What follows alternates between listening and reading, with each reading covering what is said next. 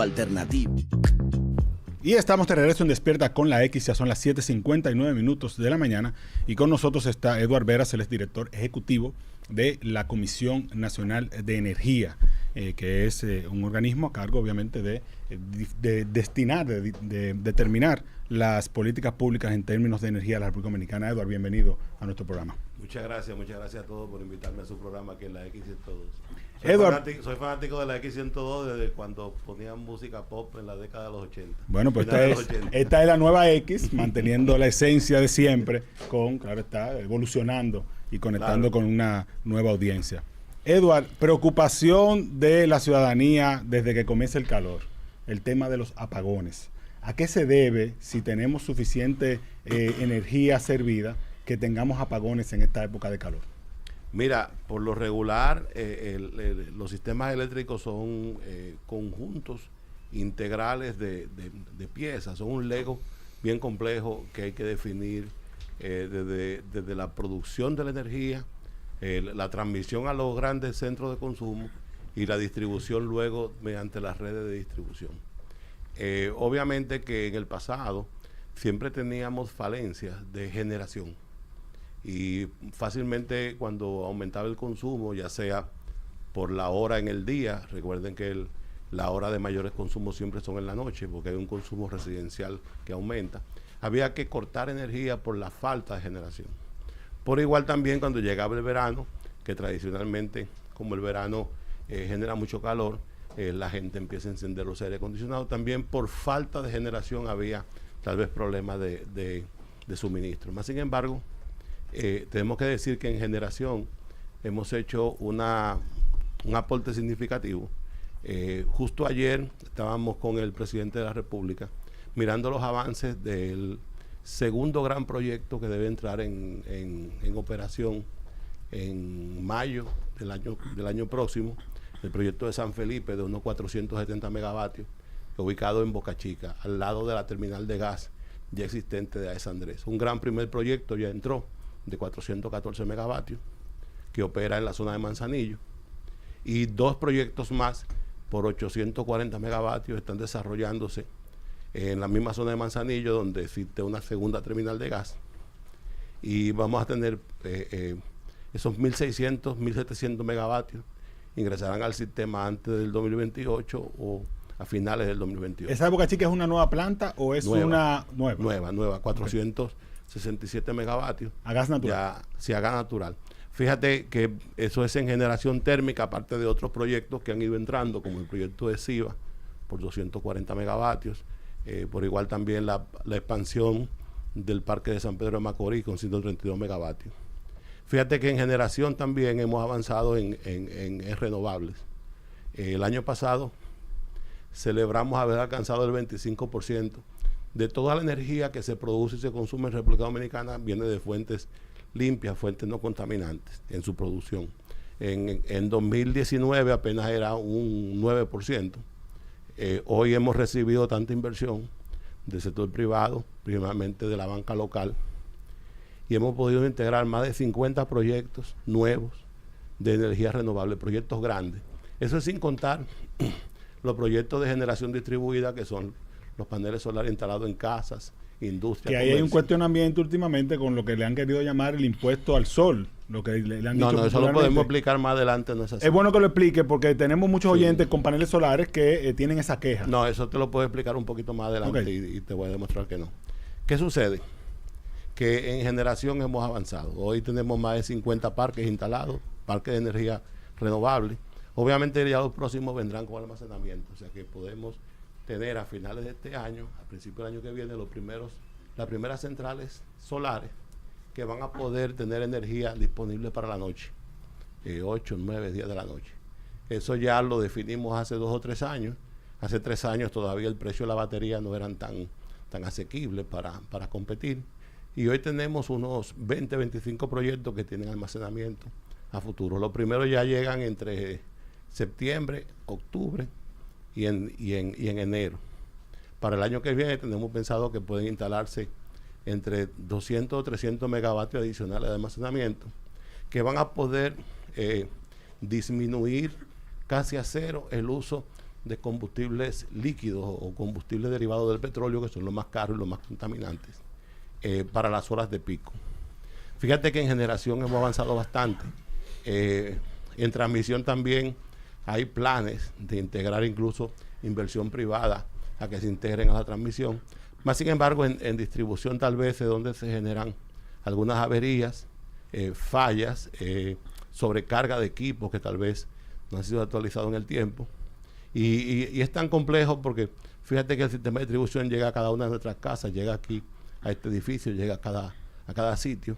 Te puedo decir que incluso solamente por accidentes de tránsito son incontables las fallas que hay en distribución, que tal vez los vecindarios no lo saben, pero si un vehículo impacta en un poste, es un vecindario que se queda sin energía varias horas. También el tema de la arbolización, el tema de la misma sobrecarga por la sobredemanda de verano, también hace que algunos circuitos salgan de operación. Entonces, usted estableció ya que no es un asunto de generación, que generación hay. Entonces, ¿dónde está, ¿dónde está el meollo del asunto? Te explico que es probable que las redes de distribución, tal vez por falta, en algunos casos falta de inversión en el tiempo, tengan esas ciertas dificultades de que por sobrecarga en horas de mayor consumo. Fíjate que, por ejemplo, cualquiera va ahora mismo y compra un aire acondicionado, lo monta en su casa, eso genera un sobreconsumo. Ahí hay una tarea pendiente de avanzar un poco más en inversión en la redistribución. Lo que sí ya no ocurre es el famoso apagón financiero. O sea, en el pasado administrábamos ciertas cantidades de energía a un 80, a un 85% de la demanda, buscando tal vez alguna eficiencia financiera a la distribuidora. Y eso era lo que le llamaban en el pasado los apagones financieros, donde a ti, que estabas en un sector tal vez donde la gente pagaba poco, se te programaba un apagón de 4, 6, 8 horas todos los días. Y eso era fijo. A partir del COVID eso se eliminó y hoy solamente los apagones responden a averías o a situaciones que requieren atención realmente. Pero no, ya no existe el apagón programado financiero a aquel que no paga. Eso se eliminó, tanto así que en los reportes, por ejemplo, hace 5 o 6 años, 7 años, se administraba el 80-85% de la demanda. Hoy estamos mirando que el abastecimiento supera el 95, 96, en algunos casos 97% bueno, de la demanda. Yo entiendo que este año sí hemos tenido una mejoría bastante considerada con respecto al verano del año pasado. Incluso yo acabo de hacer un poll en el Patreon de si en este verano con el tema de electricidad han tenido menos o más apagones o igual. La mayoría de las personas está votando igual. O sea que yo también puedo decir que sí, que se ha mantenido más estable. Sin embargo, el año pasado fue grave. Y con relación entonces, previo al COVID, yo creo que a mi juicio, no podríamos comparar. Yo entiendo que entre el 2020 y 2025, los apagones fueron mucho más que en esa era que usted está diciendo sobre los apagones. Bueno, tú puedes decirte, ahorita hablábamos de Andrés Astacio tú puedes decirte a los indicadores de calidad del servicio que publica la Superintendencia de Electricidad y te va a dar, por ejemplo, un indicador que se llama el SAIDI, que es el indicador de duración promedio de un apagón por circuito, por habitante. En 2018-2017 el SAIDI andaba por unos 40 50 horas promedio mes. Sin embargo, hoy el promedio anda entre 12 y 17. Obviamente, eso tú dirás, pero 12 y 17 todavía es mucho. Hay que mejorarlo, hay que bajarlo de ahí. Sí, bueno. La media de Latinoamérica anda por 10 horas. Nosotros apostamos a que con una buena gestión e inversión que no se logra de la noche a la mañana, podamos tener un número por debajo de 10 horas, comparado con la media de Latinoamérica. Ahora el problema se ha movido al costo de esto, porque evidentemente el presidente dispuso, vamos a darle luz a todo el mundo, pero las empresas distribuidoras no están cobrando en la misma medida esa luz. O sea, mucha gente está recibiendo electricidad que no la paga todavía. ¿Cuáles son las medidas para enfrentar esa parte del problema? Porque uno paga, gente que no paga la luz, paga felizmente su teléfono, paga felizmente otros servicios, ¿Por qué no podemos llegar a un punto donde los obligamos a que tengan que pagar su electricidad? Mira, voy por el principio. Siempre en República Dominicana se nos ha dicho, se nos ha dicho, y desde pequeño lo escucho, que la energía cuesta mucho dinero. Y es cierto. O sea, desde hacer una inversión para hacer una instalación, instalar la línea de transmisión y distribución cuesta dinero, y ese dinero nadie se lo regala. Alguien me dijo, pero el sol no pasa factura. Sí, pero los paneles cuestan dinero, instalarlo, mantenerlo, etcétera. ¿Qué pasa? Por primera vez, nosotros estamos desarrollando un plan de generación que va a permitir la reducción del costo de la energía en el mercado mayorista. ¿A qué me refiero? Por lo regular, cuando tú tienes una gran parte de tu matriz de energía que se produce a partir de combustible derivado del petróleo, esa energía siempre casi ronda los entre 16 y 18 centavos. Hoy las empresas de distribución están comprando energía en el mercado mayorista a 15, 16 centavos. Con el plan de generación que estamos ejecutando, las grandes centrales de generación en base a gas natural, que ahora está en proceso de entrada a la primera, la segunda el año que viene, varias en 2 años más, y el plan de expansión de renovables que existe, nosotros apostamos a reducir ese uso de la energía de combustibles fósiles y también tratar de mejorar el parque de generación. Una central eléctrica de los años 80, 90 es una central con una eficiencia muy baja comparado con los grandes proyectos que estamos desarrollando actualmente. Cuando miramos eso en números, nosotros estamos viendo, según la planificación energética que llevamos, pueden entrar a la página de la CNE y ver el Plan Energético Nacional. Se van a dar cuenta que las proyecciones que estamos mirando a 2028, 2029, 2030, es que ese precio de compra de energía por parte de la distribuidora para luego ser distribuida a la población va a bajar de unos 15 centavos a unos 11, entre 11 y 12 centavos. Tú dirás, pero eso es poco, 1 centavo es poco. No, en materia de energía, como las empresas compran aproximadamente 20,000, 21,000, 22,000 gigas al año, estamos mirando que por 1 centavo puede haber una reducción del déficit en más de 200 millones de dólares. Entonces usted entiende... Estamos apostando que solamente en generación podamos tener una reducción de ese Pero déficit. eso no significa que la gente va a pagar la luz A todavía. eso voy. Sí, porque, una cosa es que yo al panadero le baje el precio de la harina para que él venda el pan más barato, pero si la gente no está pagando el pan, él todavía tiene un déficit. Y estamos hablando de que... Aunque sea menor. De que la pérdida del sector eléctrico, que la estamos pagando, todo lo que estamos sentados aquí... 100,000 millones de pesos. Es de un 40% de lo que debería estarse percibiendo. O sea, eso es considerable. ¿Hay alguna política diseñada específicamente también para asegurar reducir ese porcentaje? Te explico que en función del plan energético, esa reducción se ve en 3 componentes. Uno, tú hablas de las pérdidas en energía, como menciona también aquí en el centro. Esa es una componente que obedece a una estrategia administrativa de la distribuidora, y le pediría a ustedes que inviten a un distribuidora que le explique de manera específica ya qué está haciendo con eso. Negocio, Recuerden que nosotros como CNE no entramos en la parte administrativa de la distribuidora. Lo otro es una decisión política que se debe tomar, y es focalizar el subsidio. O sea, hoy todos los que estamos sentados acá tenemos un subsidio en la tarifa.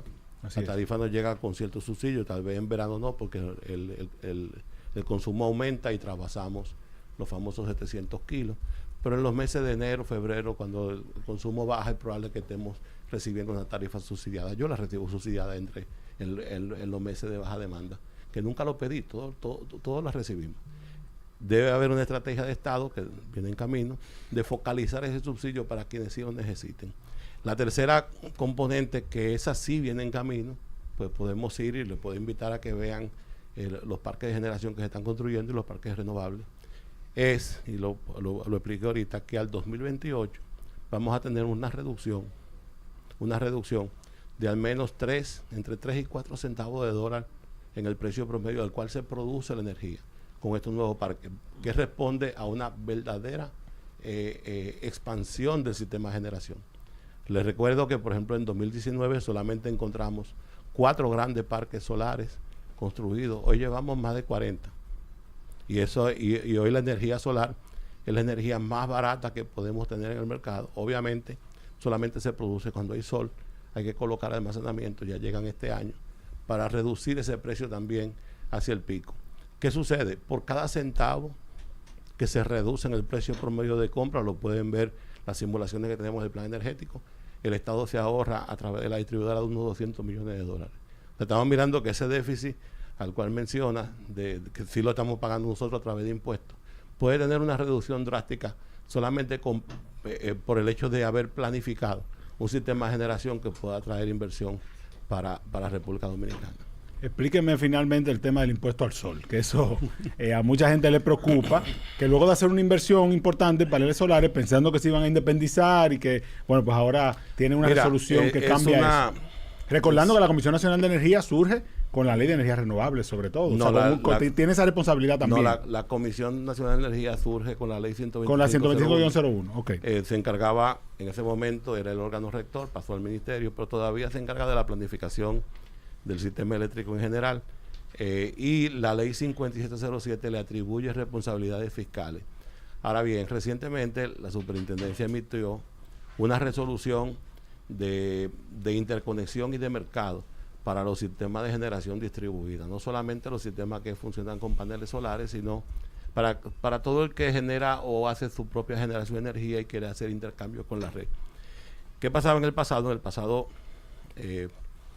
tú colocabas, por ejemplo, un sistema solar en tu casa y tú inyectabas energía a la red durante el día, pero a las 5 de la tarde tus paneles ya no están. Ya el sol se fue y tú necesitas energía de la red. Fíjate que si vemos del otro lado una empresa, y no le llamemos de sur, de este o de norte, llámale SPEN, llámale Luz y Fuerza, llámale cualquier empresa de distribución, esa empresa, por darte un servicio, no puede facturar cero. Entonces, como ocurría hasta junio, tú colocabas los paneles, inyectabas toda la energía de la red, esa empresa te servía de una, y lo voy a poner entre comillas, una batería. No, físicamente no es así, pero puede verse así. Tú guardabas tu energía en la red y luego en la noche la retirabas. Y por ese servicio tú no pagabas. No pagabas y fácilmente tu factura llegaba de 40 pesos, 43 pesos. ¿Qué es lo que ha hecho la superintendencia en ese sentido? Es asignar un cargo al uso de la red. O sea, tú tienes un storage, aquí en la Luperón, por ejemplo, donde tú dices, mira, hay cosas que tengo en mi casa que no las quiero en el medio. Tú vas y la guardas, pagas por ese servicio. Y luego vas en un mes y la retiras. Entonces lo mismo está pasando con la energía. Tú dices, tengo paneles en mi casa, tú guardas la energía en la mañana, la retiras en la noche. Y por eso hay un cobro. Y pagas un fee. Pero ¿qué sucede? Que ese fee no es fijo, sino va a depender de la cantidad de energía que tú inyectes durante el día. Si tú entonces mejoras tus patrones de consumo, dices, mira, voy a usar más energía en las horas de sol, voy a planchar mi ropa en la hora de sol, voy a poner un calentador que solamente me caliente en hora de sol, voy a poner la nevera, por ejemplo, que en la madrugada no encienda, solamente encienda en hora de sol. Entonces tú vas a pagar menos dinero por el uso de esa red, porque tú no vas a estar mandando en hora de sol tanta energía a la red. Fíjate que la resolución no busca colocarte un impuesto al uso de la energía renovable, lo que busca es buscar la forma de que tú uses mejor la energía. Y obviamente que en horas de sol donde la energía sobra, donde la energía es mucho más barata, incluso puedes entrar al aplicativo del organismo coordinador y ver qué tan barata es la energía en horas de sol y qué tan cara en horas cuando no hay sol. Tú uses mejor la energía en horas de sol porque en ese momento es más barata. Eso agradecemos. Eso es lo que busca la resolución de la superintendencia. Lo del impuesto al sol fue un artilugio que se inventaron en España en la década pasada, que pasó y por eso quedó en la memoria de mucha gente y aquí la gente lo menciona, pero no es un impuesto. Eso es así. Bueno, vamos a una pausa y regresamos con más. Gracias a Eduardo Veras, director ejecutivo de la Comisión Nacional de Energía. Tenemos más de Despierta con la X.